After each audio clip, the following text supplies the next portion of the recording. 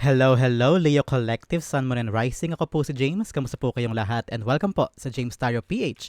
Diretso na po tayo sa inyong mid-May 2025 Para reading. Ito po ay isang reading for all of your money matters. Ano ang frequency and energy ng kaperahan nyo this time around, Leo, na dapat mong malaman. So sit back, relax. Tulad po nakagawian, ikurin nyo lang po yung relate ka, Leo, ha? Yung mga bagay na talagang maramdaman mong iyong iyo by using your intuition. Kaya palakasin mo ang inyong intuition para makuha mo ang akmang messages sa kaloob sa iyo ng spirit guides mo sa ating reading for today. Thank you po ulit sa mga nagdo-donate po ha, at saka po sa mga hindi nag-i-skip ng ads. Thank you po ulit for your generosity, kindness sa ating channel at saka po sa inyong suporta po sa akin every time na nanonood po kayo dito sa James Tarot PH. I really appreciate po everything that you do for this channel. So Leo, ano ang naghihintay sa inyo ngayong mid-May Pera 2025? Inhale and exhale. At the center of your reading, you have the Star card. Beautiful. In the area of what you want, you have the Page of Cups. In the area of what you need, you have the Page of Wands. Ooh, 2 pages. In the area of what's affecting your current energy, you have the Moon card. Lovely. Star and Moon. In the area of your future, you have the Knight of Cups. Lovely. In the area of your challenge, you have the Nine of Wands. In the area of your fortune, you have the Magician. Wow! Ganda nito. In the area of your divine advice, meron kang Six of Swords. At ang outcome mo this time around, Leo, you have the Four of Cups. Lovely. Something missing is about to come. An offer will be yours. Something na talagang matagal mong minimithi. Pag-usapan natin yan later. But first, at the bottom of your deck, you have Two of Cups. Wow, this is beautiful. Something is aligning in your life right now, Leo. Kung ano yung gusto ipagawa sa iyo ng spirit guides mo, na mga bagay na nakatadhana mong gawin, na alam nilang for you, yun ang gagawin mo this time at yun ang makukuha mo this time. So, ito palang matuwa na tayo, mag-enjoy na tayo because this is something, a huge blessing, a divine intervention for you. This is something God wants you to do and wants you to have. So, congratulations muna in advance. And I'm hearing na this is like you aligning to your ultimate goal. Para meron kang path na kailangan puntahan this time. And I don't know why, parang andayan mo doon pinagdaanan, andayan mo ng trabahong ginawa, iba't ibang industriya, iba-ibang klase ng uri ng pagkakapirahan. And I'm hearing parang dati something is not clicking. Parang bakit hindi umuubra, bakit hindi lumalago, bakit hindi umaandar, before. Now I'm hearing na stability will come. And I'm hearing na what they want for you to have, you will have it. You will do it. And parang malinaw, saka smooth yung transition, saka yung pagtanggap. Kaya abangan mo yung mga bagay na yan. I'm hearing contracts. Meron ka ng agreement with someone. Negotiation will go in your favor. I'm hearing a yes from something. Kung hihintay kang tawag o konfirmasyon, yes ang sagot. And you will get that job. Leo. Congratulations. Yan ang nasa background ng yung reading. Kaya simulan na natin ang yung spread. At the center, you have the Star card. Now, you're very hopeful. That's what I'm feeling. That's what I'm hearing. Ang lakas ng energy na parang umaasa ka, pero yung asa na yon hindi siya yung parang tipong hindi siya yung tipo na parang sana, pero yung asa mo alam mo sa'yo ganyan yung naririnig ko, yung nararamdaman ko na parang you're hoping for something that you know makukuha mo, you know na ano man ang mangyari, akin to, iyo ito. It's just a matter of when. Parang kailan darating, kailan ipagkakaloob, kailan ibibigay. So ngayon, pagkatiwalaan mo yung spiritual power mo, spiritual guides mo, Leo, na darating siya at the right time when they wanted you to have it. Okay? Ngayon, I'm hearing talaga na you're doing everything that you can para magawa o makaisa katuparan yung ginagawa mo. Ngayon, parang kung kailangan pumila, kung kailangan buuin yung documents, kung kailangan makuha yung mga right credentials, ginagawa mo. For some, I'm hearing talagang nagsipag ka. For someone ito, very specific, Leo, nagsipag ka sa civil service exam o kaya sa kahit anong licensure exam, parang lahat ginawa mo. Lahat ng klaseng research, review, aral, puyat ginawa mo just to get that hope and wish na makuha mo yung magandang resulta, hindi ba? So kung meron man sa inyo nag-exam, yes ang sagot. So congratulations na in advance. I'm hearing talaga with this hope, you are really praying hard and working hard enough and you're trusting your intuition. Okay, ito ang gusto ko, itong gagawin ko, ito ang tamang paraan. So ngayon parang you're guided on the right direction, on the right decision. Kung ano man ang magiging aberya here and there, ano lang yan, parang pitik lang yan, Leo. Ngayon ang pagkakataon para sa iyo to really focus on your goal. Kaya ilaban mo to, be consistent. That's what I'm hearing, be consistent in what you're doing. Okay? The star card is being clarified by the King of Swords. Yes, ngayon na pagkakataon para lalong mas maging malinaw sa isip mo, mas maging clear sa isip mo kung anong gusto mong gawin. Ngayon, meron kang pinag-sumikap pa na tapusin, abutin. Kaya, kailangan talaga clear ang mind. Bakit kailangan clear ang mind? Kasi maraming sa paligid mo mag-aalok sa'yo, halimbawa ng distraction. Those distraction will parang pull you away from your higher goal, higher purpose.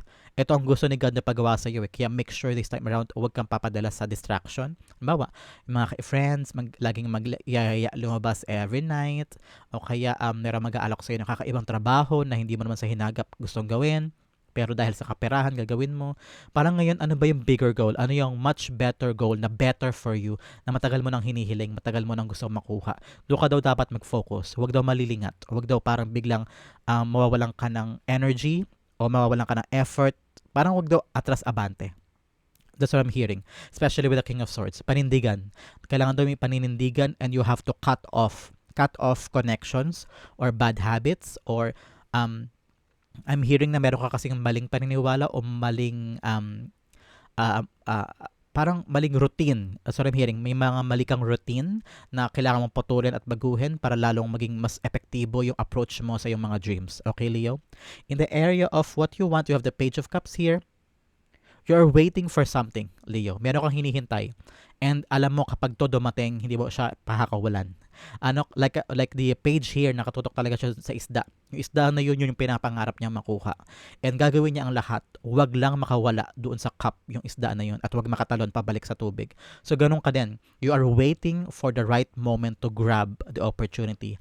At kapag dumating, alam mo na kailangan mo siyang kunin agad, because I'm hearing na baka makaalupas, baka sa iba mapunta. Kaya ikaw parang tutok ka, abang na abang ka dito sa manifestation of your dreams and goals. I'm also seeing someone na parang kailangan mo daw magkaroon ng malawak na creativity or imagination or approach. Kasi baka mamaya meron kang ginagawa this time around, may pagkisikapan ka, and you're thinking, ano kaya ang mga possible ways o possible approach o atake na pwede ko pang gawin para lalong bumilis yung manifestation ng mga bagay na ito o pagbabago sa mga kaperahan mo o trabaho o pangarap mo. I'm hearing na this time around, parang mag-canvas ka kung anong dapat gawin, magsulat-sulat ka sa papel para maisip mo, maibuhos mo sa papel lahat ng gusto mong gawin o mga gusto mong options, at saka mo titignan lahat, okay, baka nga pwede to, baka pwede yan. So parang kailangan daw ng i-download mo sa papel, from your mind to the papel, kung ano yung mga bagay na pwedeng options para maging mas malinaw sa'yo yung mga dapat mong gawin. And correct itong ginagawa mo na paghihintay, and also pag-abang na nakafocus ka talaga doon at hindi mo to iti-take for granted. That's what I'm hearing. The Page of Cups being clarified by the Nine of Swords. Yes, may time na rin sa'yo na parang alala ka na, nag-overthink ka na, sobrang stress na dala sa'yo ng paghihintay at pag-aabang. Parang dito, kinakain ka na rin ng overthinking, na akin ba talaga to? Ano ba patutunguhan? Baliw na ba ako para habulin ko to? Am I deluded enough para pangarapin tong goal na ito? Hindi ba ako nababaliw o hindi ba ako masyadong naghahangad ng malaki, ganyan. So ngayon, ang dami ng overthinking sa'yo, Leo. Parang masyado mo na rin kina-question yung goal mo, kina-question mo na rin sarili mo, yung skills mo, yung journey mo. Ngayon ang pagkakataon para burahin sa isip mo yung mga worries, yung mga overthinking, yung stress. Learn also to relax and meditate and have some rest. Now is the right time talaga to manalig ka sa higher self mo. You have two here. You have alignment sa yung higher self. Kaya wag ka mag-alala dahil ipagkakalob sa iyo at the right time. You are protected. You are guided. Okay? In the area of what you need, ito, kailangan mo Page of Wands. Page of Wands is telling you na parang ma-excite ka daw at wag kang panghihinaan ng loob. Especially with the Nine of Swords here, na parang I'm seeing talaga someone na parang sukong-suko na. Sukong-suko na sa kakahintay, sukong-suko na sa pagbabantay, sukong-suko na sa pangangarap at pag-i-imagine ng future sa bagay na hinahangad niya. Parang kasing Kakahintay mo, 'di ba, navi-visualize mo na, Leo, navi-visualize mo na yung future na gusto mo, pag nakuha ko 'to, bibili na kami ng bahay, lilipat na kami, hindi na kami rerenta. Pag nakuha ko 'to, mapag-aral ko na sa school yung mga anak ko. So, nai-envision mo na, nagre-play na sa isip mo yung scenario, yung parang pelikula na siya sa isip mo na ito yung dapat mangyari kapag nakuha ko na 'to. Sa kakahintay talagang sobra na rin yung pagod, sobra na rin yung parang nawawalan ka na rin ng pag-asa, nawawalan ka na rin ng tiwala na dadating pa ba? Pero sa core mo, nandito yung hope eh. Nandito yung pag-asa, nandito yung parang pag-sumikap na, kakayanin ko. Kaya lang nag-overthink ka na masyado. Sobra na kasi yung time, ano? Parang ang haba-haba na ng time. That's what I'm hearing. Ang haba na ng time sa kakahintay, sa kakaasa. Kaya parang unti-unti ng yung damdamin o yung pag-asa in your part. And I'm hearing, sabi ng spirit guides mo, you need Page of Wands energy, excitement, joy. I'm hearing na parang this time ano, be enthusiastic, na darating siya, na nandyan siya. I'm hearing na ibaling mo daw sa magagandang approach yung paghihintay o kaya pag-abot. I'm hearing na this time around na magkaroon ka daw talaga ng sigasig, Leo. Gaano ba to kahalaga? Para magkaroon ka daw muna ng evaluation in your part. Okay, naghihintay ako para dito, o maasa pa ako, ginagawa ko lahat ng makakaya ko para makuha ito. Tapos, unti-unti, parang, tagal, bakit wala nangyayari? Bakit parang mali ba ako, ganyan? So, parang pag iniisip mo daw yon, isipin mo, para kayo na ba itong hinihintay ko? Para saan? Gaano ba kahalaga itong hinihintay ko? Doon manggagaling yung paglakas ng loob mo with the Page of Wands. Yung paglakas na parang, okay, I'm seeing the potential. I'm seeing the value of this dream, of this hope, of this wish, na alam kong babaguhin itong buhay namin, kaya kailangan ko itong tutukan, kailangan hindi ko sukuan, ganyan. I'm also seeing here na parang, tira mo si Paige dito, parang in love siya doon sa wand. In love siya doon sa idea of goal niya na gusto niyang maabot. Na parang ikaw, dapat sa puso nang gagaling daw. Ano ba yung mga bagay na gusto mong gawin? Gano'n ba siya kahalaga for you? Gano'n ba siya kamahal abutin? Ganyan. So ngayon, yun ang kailangan mong i-evaluate in your life so that malaman mo na hindi ko to dapat sukuan. Okay? The Page of Wands being clarified by the Justice. Yes, the truth. Kailangan mo malaman yung truth about the journey. Ano ba yung mga gusto ko? Para saan ba to? Bakit ko to pinaghihirapan? Para kanino ba to? Nakakatulong ba talaga sa akin to? Why? Ito ba talaga babago sa buhay namin? Why? Kasi kung ito, yes, ilalaban ko. May excite ako kahit gaano katagal maghintay, kahit gaano kahirap, kahit na feeling ko ako lang naniniwala sa sarili ko, ilalaban ko pa rin siya because the truth will set you free with the justice here. I'm hearing this time around, yan, magkaroon ka talaga ng evaluation. You need to evaluate the truth about the goal. Gaano to kahalaga para kanino. And also, this time around, magkaroon ka to ng balanse muna, Leo. Matulog ako kinakailangan, magpahinga, wag puro kayod. Also, rest your mind. Magagawa mo yan, manood ka ng TV. Yung mga simple lang, manood ka ng TV, makipagkwentuhan ka sa barkada, uminom ka mamaya, magkwentuhan kayo, panandalian, para lang mawala yung isip mo sa masyadong kaguluhan o masyadong pag-iisip sa mga problema o mga goals o gusto mong maabot. Ngayon, time to relax din. Okay? Balance in your life. In the area of what's affecting your current energy, you have the Moon card. The Moon card here is telling you na kaya umaasa ka pa din o kaya ginagawa mo pa rin yung mga bagay na kaya mo because you're trusting God. Trusting yourself, trusting the path. I know marami ng sideline sa isip mo na parang, baka hindi ito, baka hindi ganyan. Marami ka na nag-overthink, marami ka nang pinaghihirapan, so kung suko ka na. Pero nag-uugat itong, lagi mong isipin ko sa nag-uugat ang lahat. Nag-uugat ang goal na ito, ang wish na to because you are trusting the divine power na ipagkakaloob sa iyo yung mga bagay at the right time. With the Moon card here telling you na yes, papunta ka na doon, parating ka na. Kaya kailangan mo lang talagang isugsug pa ito, go pa, push pa. That's what I'm hearing. Because you are guided na nga eh. You are protected na nga by God, especially here with the Two of Cups. And meron pang dinagdagan ng Moon. The Moon is all about questions. Something na parang unclear, unsure. Hindi sigurado ang result, hindi sigurado ang kahihinatnan. Kaya parang ngayon ang daming kaba, ang daming takot, ang daming hindi makatulog, ang daming overthinking because ang daming hindi sigurado. Yun ang dahilan ko bakit may overthinking ka. Pero kinakailangan talaga, Leo, is to trust. Trust God, trust yourself, and trust the path. Okay? Ngayon, for sure, sa kahit anumang journey, kahit siguro tanungin mo sina Pacquiao, tanungin mo yung mga sikat na tao, dumaan talaga sila sa mga landas na parang hindi sigurado, talo sila, bagsak sila, wala lang patutunguhan, hopeless, helpless, pero inalaban nila eh. Diniretso nila, kaya look at them now. They are a champion in their chosen field. They have acquired the dreams na nakuha nila sa life nila, 'di ba? So ngayon ikaw din ganun gawin mo. Idiretso mo pa rin kung talaga naniniwala ka sa dream na yan, and you will manifest this, you will get this, okay? Kaya kailangan mo talagang panindigan with the King of Swords. The Moon card is being clarified by the Temperance card. Yes, ito ang pagkakataon talaga para magtiyaga ka. Para tiyagain mo, magkaroon ka ng mahabang pasensya para yung mga bagay na unclear at disigurado at direksyon na parang feeling mo unsure, para magkaroon ka ng magandang um, armas moving forward, tahakin ang magulong landas o mahirap na landas. You have to have patience and trust in the higher power. I'm hearing you are divinely protected talaga with this tree. You are divinely protected. Kaya wag ka na mag-alala. And ngayon, ang panahon para patuloy mong i-mix, patuloy mong buuin, patuloy mong gawin. Be active more ngayon. Para ngayon, ituloy mo lang yung ginagawa mong paggawa, especially sa pagbuo ng future mo, okay? In the area of your near future, ito maganda. Knight of Cups.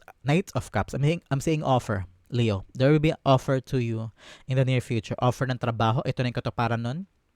Especially with the contract here na nakita ko kanina, that someone will give you that offer of trabaho, and you will just sit down and write the contract, sign the contract, and you will get here. I'm also seeing here na always put your best foot forward pag dumating itong trabaho na ito. Huwag ka daw mailag kasi parang feeling ko there will be a time in you, for you, na parang deserve ko ba to? Ang daming mas magagaling sa akin dito. Parang na-overwhelm ka dun sa lugar, dun sa setting, kung saan ka man makakaroon ng trabaho o in the future na parang, kaya ko ba talaga to? And know that you can manifest na at saka can accept for yourself na parang hindi, deserve ko to. I have the right to be here dahil may i-offer sa'yo, binigay sa'yo because nakita ng mga boss mo or higher ups na karapat dapat ka dyan at you have something to offer back sa trabaho na yan. Kaya may excite ka because the future is beautiful for you, Leo, because the Knight of Cups is here telling you paparating na yung offer of trabaho, bagong beginnings, okay? The Knight of Cups being clarified by the Knight of Cups. Yes, sabi niya, sinabi ko na i-clarify mo pa. Sabi sa akin ng para. So, sabi ni Spirit Guides, yes, an offer will come. You will be very, very happy because this is someone na talaga namang hiniling mo at hinintay mo. Kaya gawin mo ang lahat, Leo, para matuwa sa iyo yung mga nag-offer sa iyo ng trabaho sa near future. Kaya ngayon, pag sumikapan mo itong contract o trabaho o negotiation o pag-apply, kung nag-apply ka pa lang, para in the near future, ayan na, nandiyan na yung Knight of Cups, an offer of that job na matagal mong hinihintay. Congratulations in advance.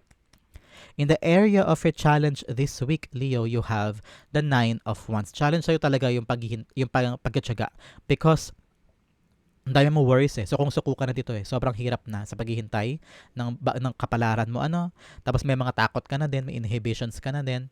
And I'm hearing talaga na this is like having parang konting-konti na lang bibitaw ka na. That's what I'm hearing. Parang may pag-asa pa rin pero in the back of your mind, iniisip mo, baka kailangan ko na mag-iba, baka kailangan ko na mag-ganyan. Kaya kinakailangan talaga ng spirit guides mo ng paninindigan from you. A clarity from your mind na hindi, ito talaga yung gusto ko, ito talaga yung gusto kong gawin para sa akin to. Kaya kailangan panindigan yung decision mo. In the challenge, you have the 9 of Wands telling you na huwag ka namang sumuko, huwag mo naman to sukuan, ilaban mo pa, kaya mo pa. They are God and the spirit guides and the universe is just testing you this time around, or the people in your workplace are testing you kung gaano ka ba talaga ka-deserving sa lugar na yan o sa bagay na yan o sa blessing na yan. Ngayon ipakita mo kung ano talaga ang kaya ni Leo at kung gaano mo kagusto tong bagay na ito. Kaya wag kang susuko. Okay, Leo, the 9 of Wands being clarified by the High Priestess. Yes, this is telling you magtiwala ka talaga sa kakayanan mo. Bibigyan ka ni God ng signs, synchronicities. Kaya mo yan, bantayan mo yan, Leo, na parang okay, this is your confirmation telling you that don't give up.